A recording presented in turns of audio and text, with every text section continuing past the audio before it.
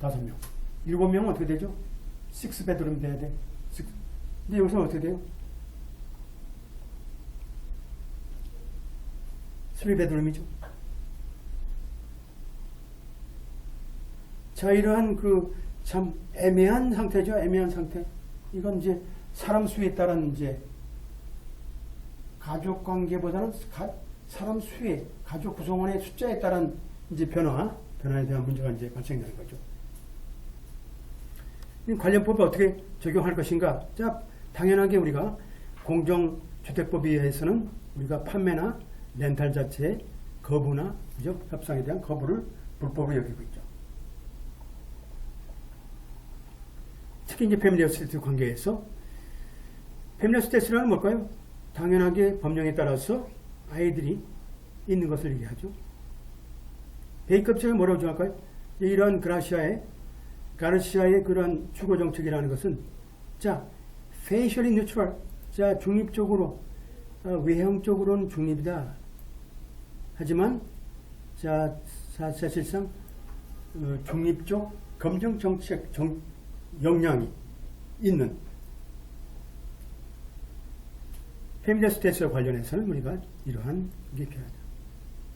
두 가지 이제 룰이 나왔어요. 첫 번째 우리가 했던 룰 자체는 뭘까요? 아까 얘기했던 대로 머리털 스테이트스는 우리가 보호받는 클래스에서 제외된다.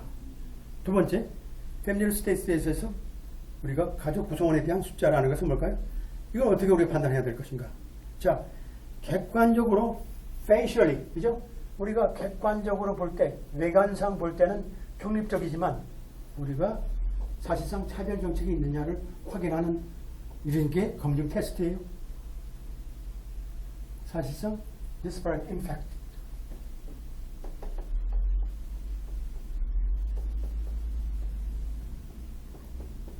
이 테스트를 해야 돼요.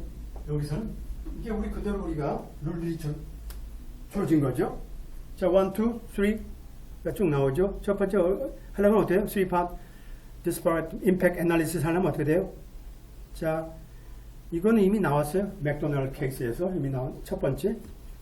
자, 먼저 프리마 파시의 showing. 자, 관련 그죠? 관행 자체가 우리가 이러한 차별적인 효과를 발생했거나 발생할 것으로 생각한다는 그런 입증을 원고가 먼저 해야 되고, 두 번째, 당연하게 피고인 임대인한테 그 내용 자체가 사실상 비차별적인 우리가 부분에 속한다, 실적이고 합법적인 비차별적인 권리에 속한다라는 부분들을 우리가 입증해야 되고 순수하게 되죠. 세 번째, 자, 세 번째 원고가 그렇게 우리가 입증을 했다 그러면 다시 원고한테 우리가 입증 책임이 전환이 돼서 뭐라고 해야 되냐면, 자, 실제로 우리가 그 관행 자체가 어떻게 돼요? 그렇다 하더라도 결론적으로 그러한 관행 자체가 그렇죠? 사실상 덜 차별적인 효력을 우리가 가져올 수 있는 방법을 택할 수 있지 않느냐라는 거죠. 그래서 법원에서 어떻게 적용했냐면 이 세 가지 이런 중립적인 차별 검증 분석이라는 게 어떻게 돼요? 자, 어때요? 이 원칙이라는 게, 이 분석 방법이라는 게, 자, 비슷하지만 사실상, 자, 맥도널드 더글라스 테스트와는 좀 다르다. 뭐냐? 자, 좀 모호할 수 있는, 그죠? 임차인의 어떤 행위를 통한 임대인의 차별 부분에 대한 부분이 우리가 있어서 우리가 분석에 있어서는 조금은 다르다는 얘기죠. 그래서 우리가 쭉 나오죠. 밑에 부분은 우리가 조금 앞에 부분과는 다르게 유사하지만 다르다는 거죠. 뭘까요? 프리마 파시 케이스라는 게 뭘까요? 여기서 보게 되면 당연하게 이러한 차별적인 검증 절차를 우리가 베이커 자체가 입증했고, 가르시아인 피고 입장에서 보는 베드룸 플러스 원 펄리시라는 것은 분명하게 어떻게 해요? 일반적인 내용보다는 오히려 미성년자가 있는 가족들한테 명백하게 영향을 주는 부분이 있는 거죠. 그렇죠. 가족이 있으면 당연하게 아이들이 있기 때문에 여기서는 당연하게 이 사람이 지금 추구하는 베드룸 플러스 원이라는 정책이라는 것은 아주 뭘까요? 일반적으로 어떻게 돼요? 앞에 조례를 보게 되면 어떻게 돼 있어요? 조례 몇 명으로 돼 있어요? 지금 이것은 3명 3베드룸을 요구했는데 이 사람은 정책을 따지면 6베드룸이 돼야 되고 그렇게 되는 거죠. 조례 같은 경우는 뭘까요? 너무 좀 조례로 봐서는 얼마든지 살 수 있죠. 살 수 있는데 이 사람이 지금 개별적으로 판단하는 자신의 정책 자체는 굉장히 엄격하게 지금 돼 있어요. 그 어떻게 돼요? 자, minor children frequently share bedroom family with minor children tend to have a large household than family without minor children at home. 당연한 거죠.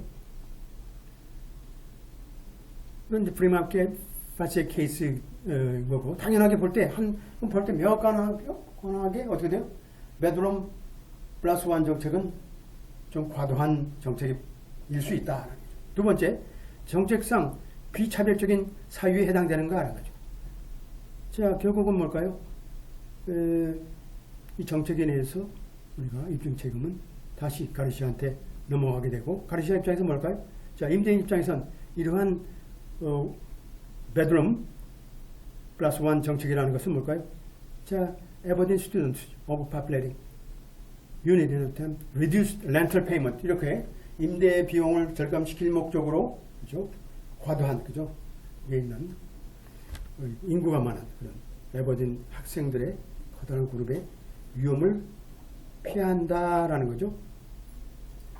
근데 가르시아 입장은 뭘까요? 자, 그리고 나서 실적인 비차별적인 관행으로서의 정책을 제시했다. 특히 가르치 스튜던트의 그룹에 렌팅하는 것을 가능하면 거부하는 쪽으로. 근데 사실상 여기서 보게 되면 이 케이스는 이 사람이 지금 베드룸 플러스 원 정책이라는 게 맞지 않죠. 왜냐하면 특히 대학생들 중심으로 하는 것은 이 사람은 대학생 자녀가 아니거든. 그렇기 때문에 해당 사항이 없죠. 그래서 여기서 나오는 이제 결론적으로 뭘까요? 조례와 법령과의 차별이 너무 현격하게 나오는 경우는 오버브레스라 하죠.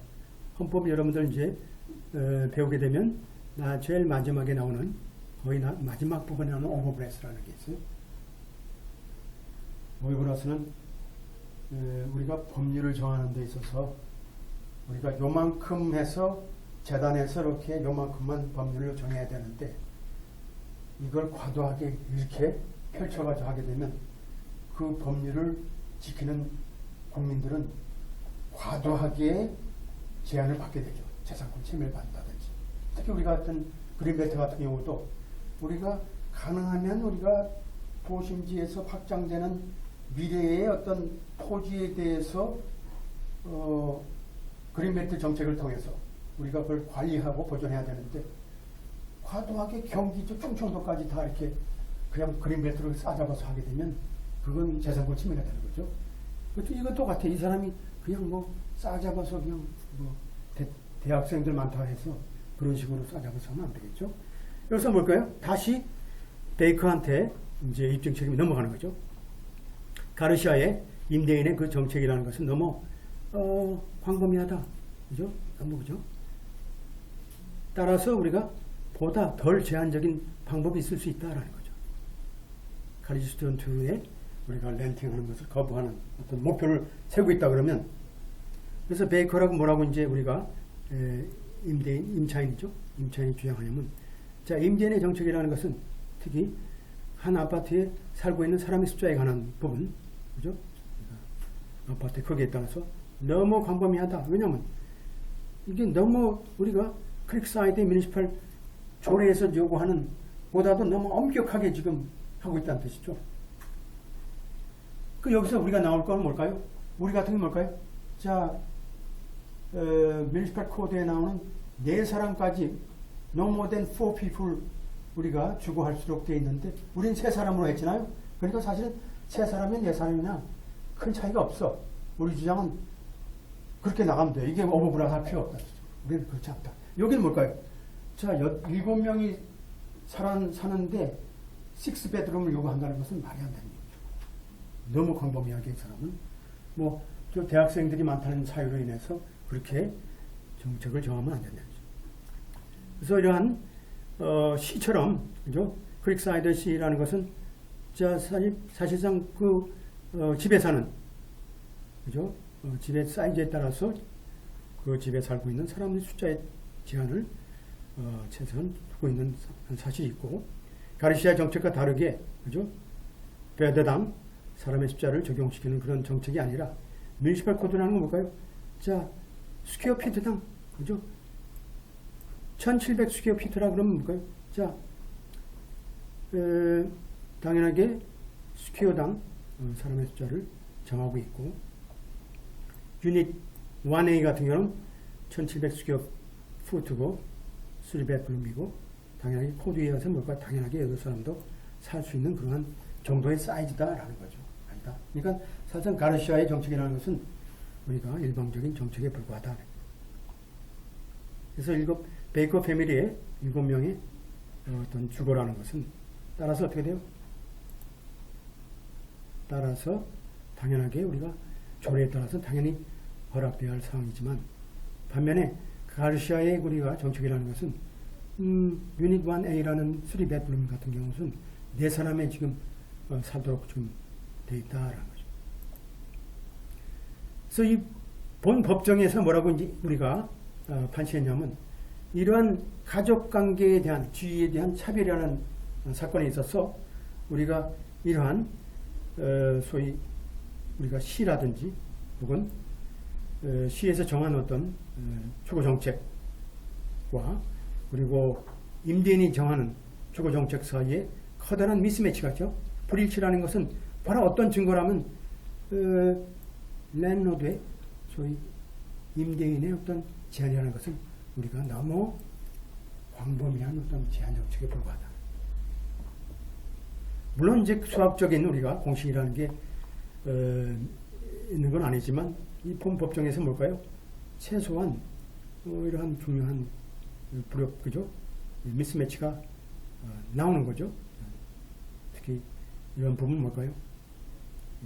특히 임대인 자체가 특히 두 사람으로 특히 어떻게 돼요?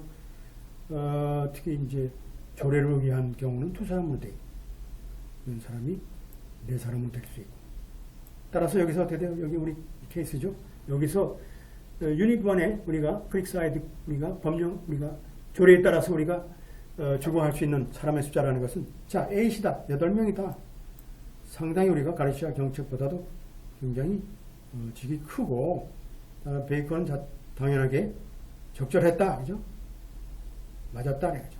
소위 이런 차이라는 것은 사실상 커다란 미스매치에 속하게 되고 사실상 가르시아가 했던 이런 정책이라는 것은 너무 오버블로드한 너무 광범위한 그런 증거라는 것을 우리가 알 수 있다.